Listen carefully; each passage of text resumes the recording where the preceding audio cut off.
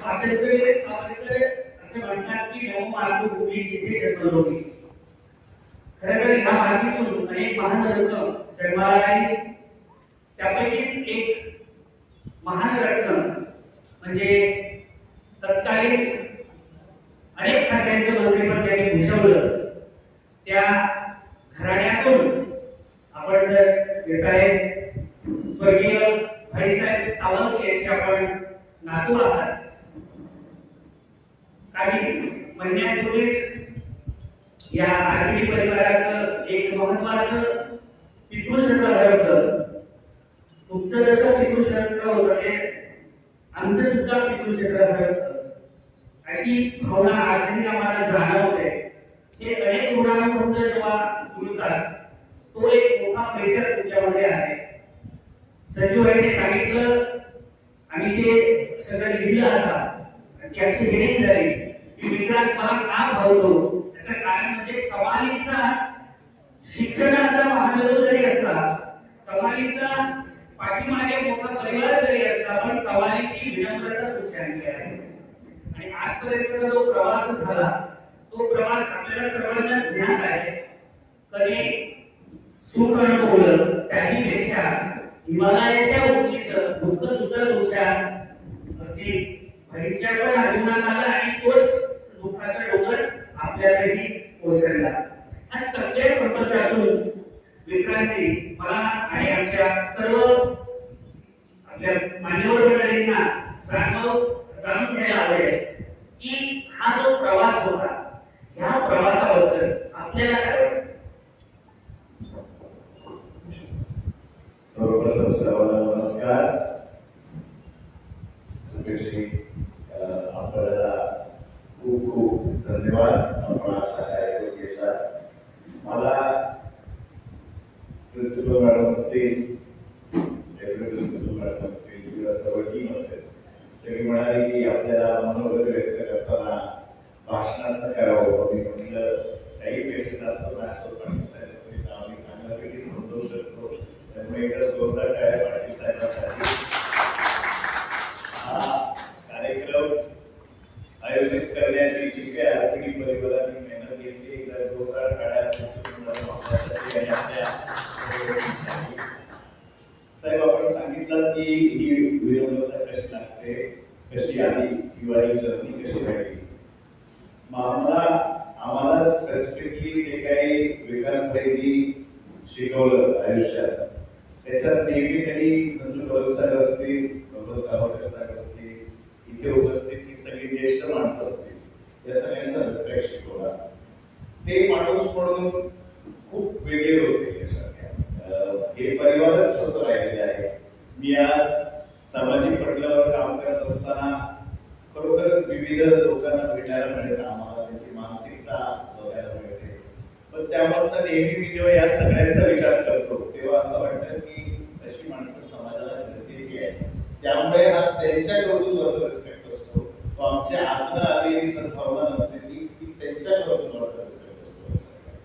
त्यामुळे मला असं वाटतं जर तुम्ही चांगल्या माणसांमध्ये उडबस कराल, चांगल्या लोकांमध्ये नेहमी वावराल तर 100% आपण तेवढं पॉझिटिव्हनेस देऊ शकतो असं मला नेहमी वाटतं. आपण एका माजी मंत्र्याचे नातू आहात. एक शैक्षणिक क्रांतिकारक जरी म्हटलं तरी वापर करणार नाही. सहकार क्षेत्रातला बाप माणूस, विकास भाईंचे सुपुत्र आहात. पाठीवरती अपेक्षांचं फार मोठं ओझं आहे. एवढ्या कमी वयामध्ये ही सगळी बाप माणसं जेव्हा अध्यक्ष म्हणून तुम्हाला निवडून देतात या शिक्षण प्रसारक मंडळी, तर हे सगळं जे प्रपंच चालवताना अपेक्षांचं ओझं पेलतात. सोबतच विकास करायचा आहे. अपेक्षा आणि विकास हा दुवा कसा तुम्ही साधणार आहात. लहान असल्यापासून खूप जवळ राजकारण बघता आलं.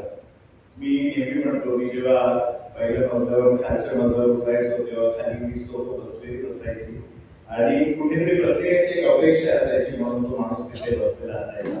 त्यामुळे लोकांचे प्रश्न काय असतात, लोकांना त्या गोष्टीची काय गरज असते हे सगळं जाणीव ठेवणारे कार्यकर्ते आम्ही नेहमी होतो. मी खरोखर सांगतो साहेब, आपल्याला जेव्हा आम्ही पैसे सावंतांबाबतीत विचार करतो, विकास भाईंबाबतीत विचार करतो, त्यांचं कर्तृत्व खूप मोठं आहे लक्षात घ्या. 30-40 वर्ष त्या लोकांनी अहोरात्र काम करून जनतेची सेवा केली आहे. आम्हाला आतापर्यंत आमची सुरुवात आहे. पण लहानपणी कसं आम्ही पाहायचो खूप वेगळं प्रेशर असतं. म्हणजे आपण जेव्हा नव्याने सुरुवात करत असतो तेव्हा वेगळं प्रेशर असतं. आपण म्हणतो की born in the golden school, त्याच्या आजोबांचं होतं, त्याच्या वडिलांचं होतं, त्याला मिळालं हे सगळं. पण त्याचं सुद्धा एक वेगळं प्रेशर असतं. मी जेव्हा अभिषेक बच्चनचे 100 पिक्चर झालेले बघतो, त्याने काही सगळ्यातच खराब ऍक्टिंग केली नसते. तर त्याला डायरेक्ट अमिताभ बच्चनशी डोक्याला केलं होतं, जो खरं बघायला गेला तर जगातला महानायक आहे. तुम्ही त्याला डायरेक्ट कम्पेअर करतात. त्यामुळे सेम सचिन तेंडुलकर आणि अर्जुन तेंडुलकरच्या बाबतीत आपण सांगू शकतो. सेम रोहन गावस्कर आणि सुनील गावस्कर. असं नाही की रोहन गावस्कर खराब प्लेअर आहे, त्यांनी 5 रन केलेले आहे. तसे चुका आमच्याकडनं सुद्धा होणार आहेत. पण त्यावेळेला मातृत्व आणि दातृत्व तुम्ही सगळ्यांनी दाखवायला पाहिजे आणि आम्हाला तुम्ही बदलाशी घ्यायला पाहिजे की नाही आम्हाला पोरगा आहे आणि प्रत्येक जण तिथे नाही पोहोचू शकत. पण खरोखर सांगतो, मगाशीच बोलता बोलता मस्के सर म्हणाले आणि मस्के सरांच्या भाषणातून ते उल्लेख आला की आज विकासभाई नंतर सुद्धा जे काही संजू परब साहेबांनी राजकारणी बबन सावरकर साहेबांनी संजू परब साहेबांचं ते भाषण, त्याच्यानंतर बबन सावरकर साहेब स्वतः आमच्यासोबत चालत फिरले चराट्यामध्ये पूर्णतः, या सगळ्यांचे एफर्ट्स आज विकासभाई आपल्यात नाही आहेत, भाईसाहेब आपल्यात नाही आहेत, पण या सगळ्यांनी जे प्रेम या परिवारासाठी दाखवलं आहे, मला या सगळ्यांसाठी एक जर जोरदार आपण टाळ्या द्याव्या. माणसं साहेब आम्हाला मिळाली हे आमचं खूप सौभाग्य झालं म्हणून या सगळ्यांचं रिस्पेक्ट. काही वर्षांपूर्वी तुमच्याकडे विधानसभेची जबाबदारी आलेली होती तेव्हा तुम्ही उद्धव बाळासाहेब ठाकरे आता तेव्हाची शिवसेना वेगळी होती. त्याच्यानंतरच्या मधल्या काळामध्ये थोडा कालखंड गेला, आपण थोडे अलिप्त होता. पुन्हा राजकारणात अशी दमदार एंट्री घेतली.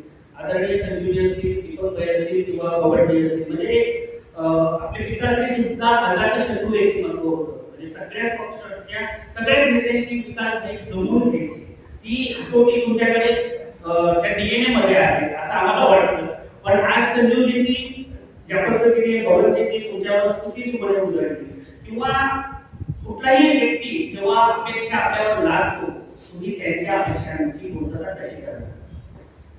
माझं सौभाग्य आहे इथे आमचे काका मोसावर उपस्थित आहेत, इथे सीएम नाईक सर उपस्थित आहेत, आमचे ज्येष्ठ योगी नाईक सर उपस्थित आहेत, आमचे सर्वात आमचं नेतृत्व निलेश नागवेकर साहेब उपस्थित आहेत. ही सगळी टीम आमच्या पाठीशी नेहमी उपस्थित, माझ्या पाठीशी नेहमी राहण्याचं या लोकांनी काम केलंय. आमचे प्रिन्सिपल मॅडम असतील, काल आम्ही व्हाईस प्रिन्सिपल मॅडम आणि आम्ही बसलो, त्यांची सगळी टीम बसलेली. मला असं वाटतं साहेब हे यश हे जे काही आम्ही बघवले माझ्या एकट्याच नाहीये, या सगळ्यांचं वाटायला जगू सावंत साहेब असतील, ते तिथे संस्कृती सुद्धा असतात, तितकेच माझ्या पाठीशी मानगाव गावात असतात. पण या सगळ्या लोकांचा रोल कुठे ना कुठेतरी माझ्या आयुष्यात 100% राहिला आहे. त्यामुळे ह्या अपेक्षांना किंवा या आकांक्षांना लोकांच्या कसं भिडावं याचा विचार मला नसतोच.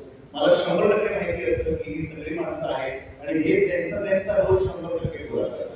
फक्त एक चांगलं कोऑर्डिनेशन ठेवायचं काम आम्ही करतो आणि मला असं खरोखर वाटतंय, म्हणजे आता तर 6 महिने झाले, 6-8 महिने झाले, प्रिन्सिपल मॅडम सुद्धा आमच्यावर काम करतात. जेवढे जण आमचं नेचर समजत असेल आम्ही काय आम्ही सुद्धा खूप छान कोऑर्डिनेशननी काम करतो. पण ही सगळी टीम आहे म्हणून साहेब आम्ही हे सगळं करू शकतो. एकट्या माणसाला हात जोडायला उचलूच शकत नाही की तो हिरो बनला हे मला नीट माहिती आहे सर. नक्कीच धन्यवाद. मित्रांची आपण सिंधुदुर्ग जिल्ह्यातील पूर्ण कोकणातील एका नामांकित आणि सर्वात मोठी शिक्षण संस्थेचे सर्वात युवा आपण चेअरमन आहात, अध्यक्ष आहात. सोबतच आता तुम्ही जिल्हा परिषदेमध्ये सुद्धा त्याच शिक्षण आणि आपल्या कृषी या क्षेत्रातल्या महत्वपूर्ण जबाबदारी सदस्याची तुमच्याकडे त्या समितीची आहे. आपल्या कोकणामध्ये सातत्याने एक 10वी आणि 12वीचा जो निकाल आहे तो सातत्याने आम्ही गेली 10 वर्ष 12 वर्ष सातत्याने आम्ही राज्यात 1 नंबर आहोत. पण स्पर्धा परीक्षा जी आहे UPSC असेल, UPSC असेल, तत्सम जेवढ्याही स्टाफ सिलेक्शन असेल परीक्षा आहे, या परीक्षांमध्ये आमची कोकणातली युवा चमकत नाही. आपण एक शिक्षण संस्था आणि शाळा तुमच्या आहे, आपला विकासाचा जो रोल मॉडेल असणार आहे, तो रोड मॅप असणार आहे, याबाबत आपण काय प्लॅन करायचं? 100% साहेब आज 23 तारीख आहे, उद्या 24 तारखेला पहिल्यांदा इथे 4थी आणि 7वीचं मार्गदर्शन शिबिर होत आहे आणि शृंगारे सर इथे मोठे नाव दिसत नाही, पण सर किती मुलं आपल्याला रेजिस्टर झाली आहेत? 275 मुलं त्यासाठी रेजिस्टर झाली आहेत 7वी आणि 4थी साठी. मी नेहमी संजूबाई असं फ्री मध्ये हे ठेवतो, पण ही लोक 300 लोक जमवतात, माझा वावर विकायला लावणार, तुम्ही सगळे फ्री मध्ये ठेवायला लागलं. पण खरोखर सांगतो, विकासबाईंनी पूर्णपणे आम्हाला घालून दिली. दक्षिण कोकणातली सर्वात मोठी संस्था, 4,500 मुलांची संस्थेचा अध्यक्ष होण्याचा मला बहुमान मिळाला. पण या संस्थेचा आज जो आलेख आहे तो तुम्हा सर्वांमुळे आहे, विकासबाईंच्या प्रयत्नांमुळे आहे. आणि मी खरोखर सांगतो अशा संस्था चालवणं हा एक आठवडा ताज असतो. लक्षात घ्या, 24 तास 12 महिने सगळं सुखसोयी भरलेलं नसतं, पण विकासबाईंच्या दिमागाने मागची 3 दशकं ही संस्था सांभाळली, इकडचं शिक्षण क्षेत्र सांभाळलं. सावंतवाडीच्या भौगोलिक परिस्थितीप्रमाणे केंद्रबिंदू तळाच्या मध्ये तुम्ही लोक आपली संस्थेत असतात. अभिमानास्पद असं हा क्षण आपल्यासाठी असतो नेहमी. प्रत्येक मिनिट जेव्हा आम्ही या संस्थेत पाय ठेवतो तेव्हा साहेब आम्हाला एक जबाबदारी नेहमी आमच्या खांद्यावर महसूस होत असते आणि ती सर्व या लोकांमुळे आम्ही पार पाडू शकतो. सर मी एवढं सांगू शकतो. आपल्या व्यक्तिगत जीवनात, राजकीय शैक्षणिक जीवनामध्ये अनेक चढउतार तुम्ही हा जो प्रवास होता हा विलक्षण म्हणजे कष्टप्रद होता, सोबतच आव्हानात्मक होता. ह्या आव्हानांना तोंड देत असताना हा जो खरतर प्रवास केला, या लक्षणीय जी गोष्ट आहे जी तुम्हाला शेअर करावीशी वाटते, कारण आपण मध्ये ठेवलं होतं तर त्याचं कुठेतरी विस्फोट होतो, पण जर ती तुम्हाला आता शेअर करायची आहे तर काय सांगता? सर मी नेहमी एक फ्रेज सांगत असतो, एक फ्रेज इंग्लिश मध्ये, fire inside me was burning brighter than the fire outside me, that's why I survive. म्हणजे माझ्यातली आग, माझ्या स्वतःतली आग इतकी ज्वलंत होती की माझ्या आजूबाजूला लागलेल्या आगीपेक्षा जास्त ज्वलंत ती माझ्या अंगातली आग होती. त्यामुळे आम्ही हे सगळं करू शकलो, याचं मला एक नेहमी अभिमान राहिला. पाटील साहेब बरोबर ती आग ज्वलंत ठेवायचं काम मी आमच्या सर्व परिवाराने केलं, एकत्रित राहण्याचं काम आमच्या परिवाराने केलं. आज मी, माझी मुलगी आणि माझा मुलगा असं आम्ही 3 परिवार आहोत.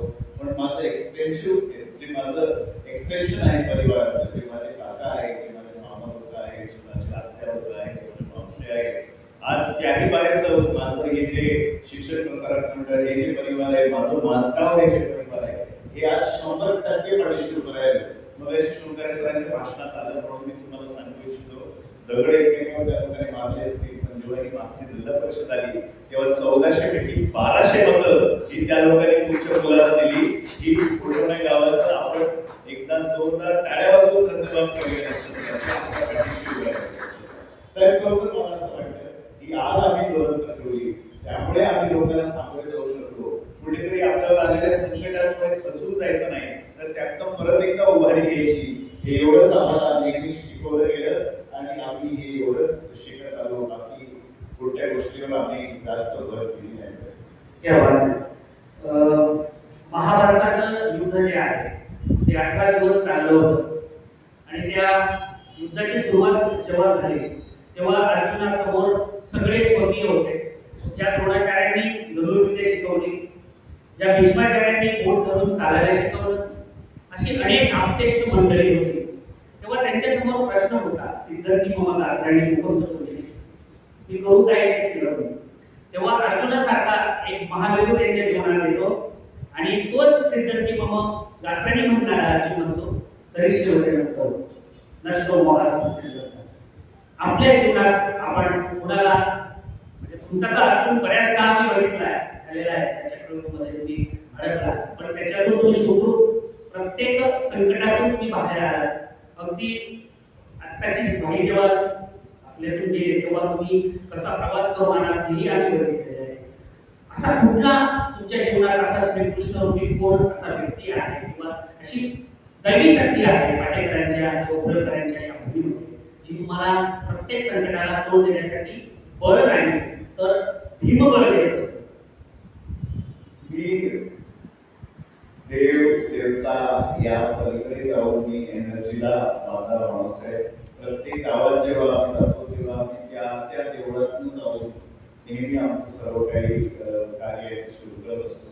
कारण प्रत्येक देवळात एक एनर्जी असते साहेब, आणि आम्ही त्या स्थळ देवतेच्या एनर्जीला मानणारे कार्य कोकणात काम करतो तेव्हा बरीच लोक मला सांगत असतात की कोकणातली थोडीशी पद्धत वेगळी आहे, देवाची पद्धत वेगळी आहे, देवाला मानण्याची पद्धत वेगळी आहे. प्रत्येक गावाची एक वेश असते, त्या वेशीच्या आरतीला तुम्ही कसं वागायला पाहिजे, एवढ्या बारकाईपर्यंत आचारसंहिता असते. त्या गावच्या त्या 12-5ची एक आचारसंहिता ज्याला म्हटलं जातं ती मर्यादा पाळणं गरजेची असते. त्या स्थळ देवताची मर्यादा पाळणं गरजेची असते. साहेब, एकच असं नाही तर प्रत्येक ठिकाणी जातो तेव्हा प्रत्येक ठिकाणचं एक आम्हाला आदर्श असतं. प्रत्येक गावात जातो तेव्हा त्या गावातलं एक व्यक्तिमत्व आमचं आदर्श असतं. प्रत्येक संस्थेकडे जातो तेव्हा तिकडचा एखादा माणूस माझा आदर्श असतो.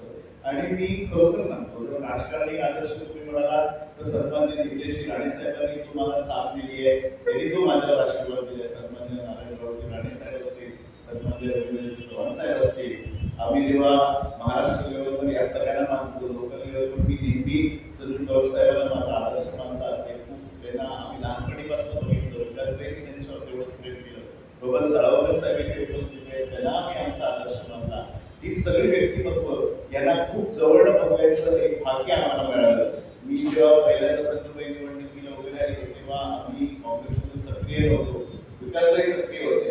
तर ते जसे त्यांच्या बाबतीत बोलायचे ते बघूनही आम्हाला भारी वाटायचं की आमच्यातलाच कोणतरी एक मुलगा आता असा खूप छान असं काम करतोय, संघटनात्मक काम करतोय. ही सगळी माणसं आमचा आदर्श आहे.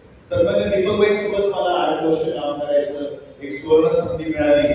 आणि विकासबाईंचं वागणं आणि दीपकबाईंच्या वागण्यात खूप वास्ट डिफरन्स होता. त्यामुळे विकासबाईंचं बोलणं आणि दीपकबाईंसोबत 8 वर्ष काम करायला मिळालं याच्यामध्ये सुद्धा खूप मोठा आम्हाला प्लस आयुष्यामध्ये माझा मिळाला. आणि खरोखर मला असं वाटतं हे सगळे नेते, हे सगळ्या नेत्यांसोबत जवळनं काम केल्यामुळे मला तिकडचे एवढं तिकडचे जाणते, तिकडचे नेते हे नेहमी आम्हाला इन्स्पायर केले. खूप छोट्या गोष्टी असतात. एखाद्या गावामध्ये जाऊन आमच्या ओटोणे गावचे सरपंच आहेत, ते 86 वर्षाचे बुजुर्ग आहेत, 86 वर्षाचे.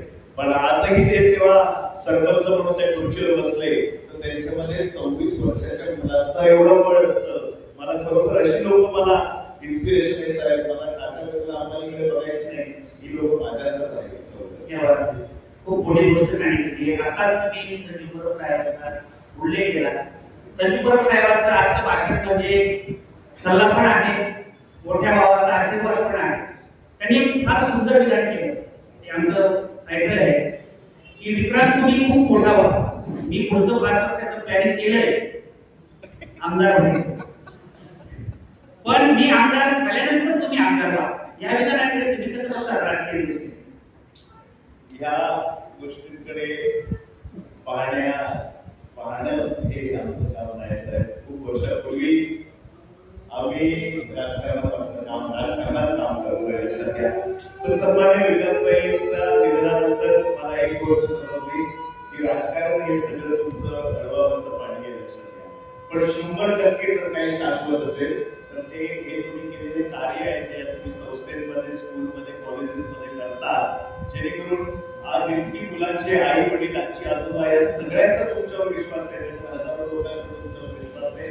मला असं वाटतं इकडे केलेलं कार्य हे तुमच्या पिढ्यानपिढी टिकतं. आणि राजकारणात तो माणूस गेल्यानंतर तुम्हाला शून्यातनं परत सुरू करावं लागेल. त्यामुळे 100% तुम्हाला सांगतो आमचे महायुतीचे नेते जो आमचा नेता असेल त्याला आम्ही निवडून आणणार. पण खरोखरच संजीव परब यांना आमदार करणार संजीव याकडून त्यावेळेस आपण एक प्रश्न असा आहे राजकीय आहे थोडा. आपण युवा आपली सगळी टीम मी जवळून बघितली, म्हणजे ती वेगवेगळे सरपंच आमचे मित्र गुणाजी गावडे असतील किंवा त्यांची सगळी टीम होती, इतक्या जोमाने काम करत होते साहेब तुमच्यासाठी. आम्ही मीडिया म्हणून होतोच होतो.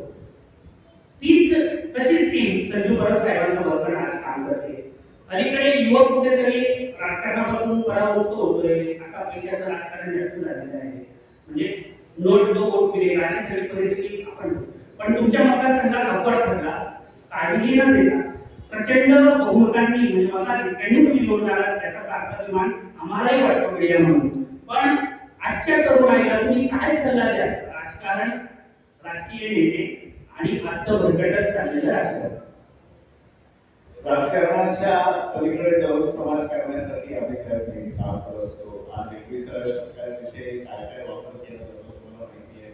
एखाद्याला पाडायचं ठरवलं होतं त्यांनी खूप या बाबतीतच सांगतो, संजीव गुरव यांना पाडण्यासाठी तुफान ताकद लागली, पण आमच्या वहिनी पण गंभीर होत्या आणि संजीव गुरवाचं काम ते शब्दात व्यक्त करू शकत नाही. प्रचंड मताने त्यांनी ते पण म्हणजे वन साइडेड निवडून आले. तुमच्या मतदारसंघात तो प्रकार झाला नाही, पण तुम्ही प्रचंड मताने त्यांनी निवडून आले, ते पण सांगा. आपल्या वहिनी त्यांना आम्ही लहानपणीपासून आमची मोठी प्रेम मानतो. मी त्या दिवशी त्यांना सुद्धा एक गोष्ट सांगितली. मी एक गोष्ट सतीबाईच्या घरात गेलो तेव्हा मी सांगितलं ताईला की तुम्ही जी साथ निभावला खरोखर उल्लेख ती आणि नाट्यवैलीचं खूप मतदारसंघ मिळालेले आहे आणि सगळ्यांचे त्यामुळे खरोखरच त्यांची नेहमी साथ त्याला लाभली. आणि म्हणून मी सांगू इच्छितो की उठवण्या गावात सुद्धा जे काही आपल्याला मतदार मिळाले आहे 1400 पैकी 1200. आज मी पाटीकराच्या भूमीत बसतोय. ऐकायला खूप असं वाटतं की हा एवढा मोठ्या पक्षातला आहे आणि असं काय नसेल, पण 100% तुम्हाला पाटीकराच्या भूमीत सांगतो, एक रुपया मी किंवा माझ्या कुठच्याही कार्यकर्ते फार मोठी गोष्ट सांगायला जोरात तयार नाही पाहिजे वाढला नाही. आणि 95% मतदान 95 म्हणजे कुठची जात पात धर्म नाही, कुठचाही पक्ष नाही. इनफॅक्ट समोर माझ्या मशाल हे चिन्ह होतं, ऑफिशियल चिन्ह एका पक्षाचं, तरी सुद्धा आम्ही तिथे 1200 मतं घेऊ शकलो. साहेब, हे मला असं वाटतं की ह्याच्यापेक्षा काय सौभाग्य मला कोण सांगतं, अध्यक्ष बना, कोण सांगतं सभापती बना. मी या सगळ्या मोहातून मुक्त आहे. मला जे काय मिळालंय ते मला 100% माहिती आहे आणि तो हा आशीर्वाद आहे आणि हा माझ्याकडनं कोणच नाही काढून देऊ शकत. साहेब, खूप मोठी गोष्ट सांगितली. काही एका वाक्यात उत्तर द्यायची आहे. रॅपिड फायर राऊंड होणार आहे. तुम्ही आतापर्यंत अनेक व्यक्तिमत्व सांगितली, या सगळ्यांमध्ये म्हणजे मी तुलना करणार नाही, एकच नाव घ्यायचं, तुमच्या सर्वात आदर्श असलेलं व्यक्तिमत्व त्या बाबतीत एकूण प्रवासात, तुमच्या राजकीय प्रवासात सर्वात महत्वपूर्ण घटना कोणती मानता? मला यावेळेस जेव्हा त्याच्या अगोदर आम्ही संजू आम्ही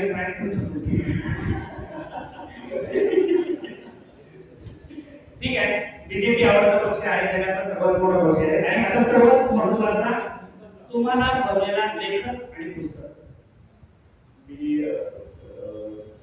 गाडीवा मॉडेल्स ऑफ मेंबर हे पुस्तक वाचलं आहे. महादेवाचा खूप मोठा भक्त आहे. छत्रपती शिवाजी महाराजांचं पुस्तक वाचले आणि आताच तुम्ही पाहिलं आम्ही व्यक्ती गावात सुद्धा गुणाजी यांनी लाखो रुपयाचा असा एक पुतळा छत्रपती शिवाजी महाराजांचा हा देवळाच्या बाहेर उभा. आणि या 6 गावात आमच्या जिल्हा परिषदेच्या आम्ही एक मंशा ठेवली आहे की प्रत्येक देवळाच्या समोर, कारण देवळाच्या संस्थेकडे एक चांगला निधी असतो, छोटेखानी का होईना लाखो रुपयाचा, तर छत्रपतींचा पुतळा असावा प्रत्येक देवळासमोर, जेणेकरून छत्रपतींचे विचार आहेत. मुलांना आजकाल आदर्श कोणाला मानायचं हेच माहिती नसतं. लक्षात घ्या, कोणाला आदर्श मानतो. त्यांना वाटतं मी शाहरुख खानला मानतो, सलमान खानला मानतो, मी विराट कोहलीला मानतो, मी कोणाला मानतो.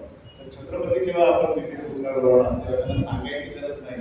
त्यांची चर्चा ही नेहमी त्यांच्या मुखात असणार, हे कोण, हे छत्रपती, त्यांचं कार्य काय आणि खरोखरच छत्रपती एवढं मोठं आदर्श कोणचं नाही. त्यामुळे साहेब मला असं वाटतं की पुस्तक आणि लेखकापेक्षा आपण जे आयुष्यात लिहित आलो आहे आणि ही सगळी माणसं ही लेखक आहेत आणि ही अशी विचार आम्ही हे प्रेरक राहू आणि या सगळ्या लेखकांचा मी फॅन आहे. हे मी विचारतो. अजून एक प्रश्न, तुमचे सर्वात आवडते शिक्षक किंवा गुरु?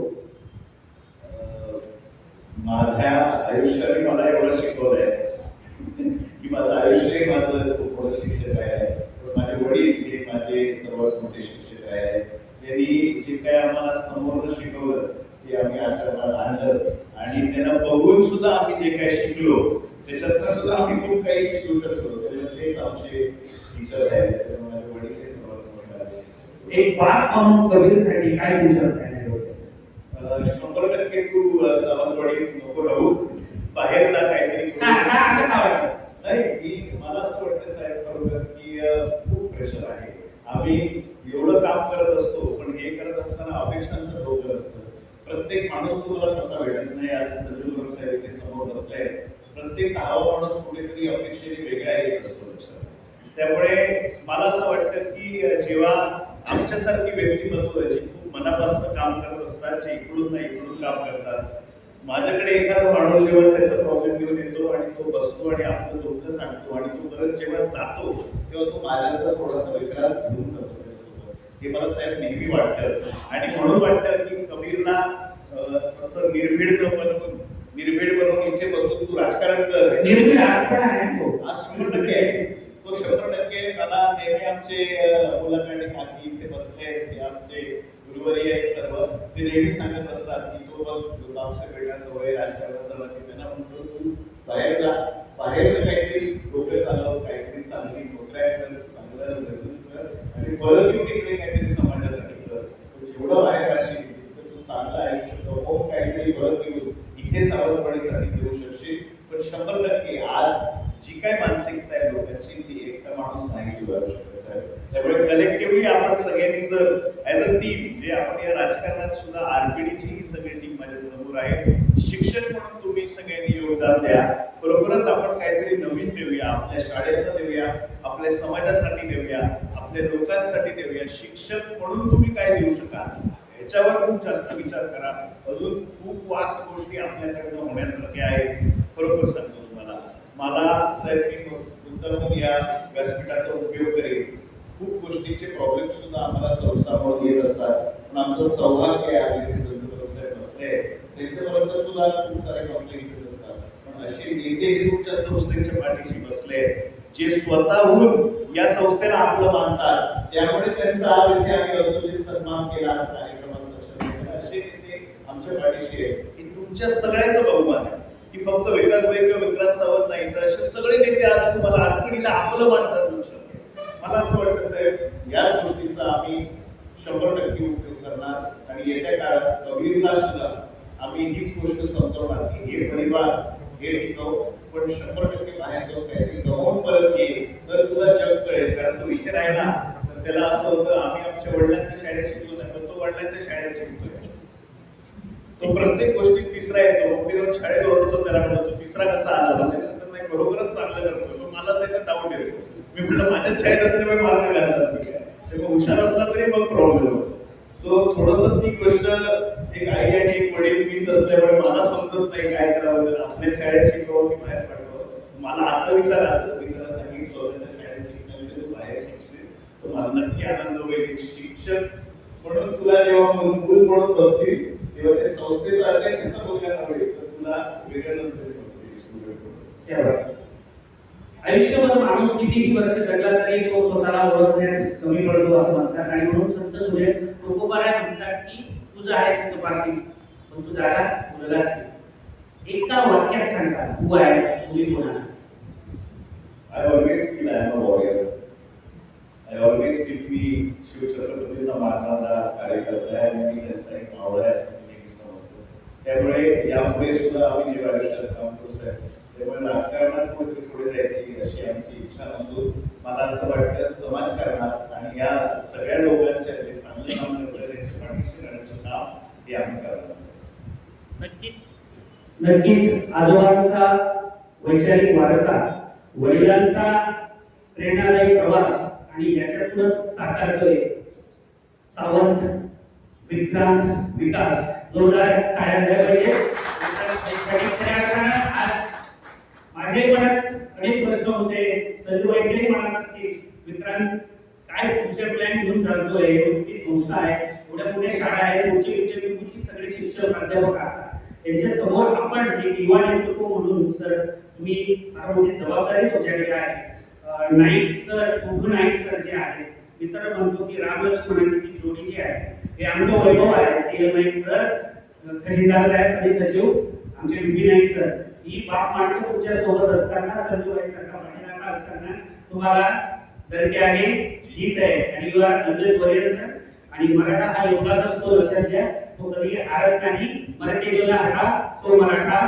तुमच्या कार्याचा, तुमच्या परिवाराचा आम्हा सर्वांना प्रचंड प्रचंड साथ अभिमान आहे. आमच्या सर्व पत्रकार बांधवांतर्फे, आमच्या सर्व मीडियातर्फे आपणास उदंड आयुष्य राहो. तुम्ही संजीवबाईंनी सांगितलेला बरोबर आयुष्यावर जपा, मोठी गोष्ट बघा, फक्त आमदार ते झाल्यानंतर व्हा अशी सुद्धा मी विनंती करेन, कारण त्यांच्याकडे पण सुद्धा विकासाचा एक वेगळं विजन आहे. हे मी प्रेमापोटी बोलतो आहे, पण म्हणजे जो जे वंचित तो जे राहो प्रसारणामध्ये म्हटलं आहे, तुमची जी स्वप्न आहे ती पूर्ण होऊन हीच श्री देव पाटील उपयोगाच्या चरणी आणि आपल्या ग्रामजनतेच्या चरणी प्रार्थना करतो. रुपेश पाटील इथेच थांबतो. आपल्या सोबत होते विक्रांत विकासभाई सावंत जोरदार. धन्यवाद.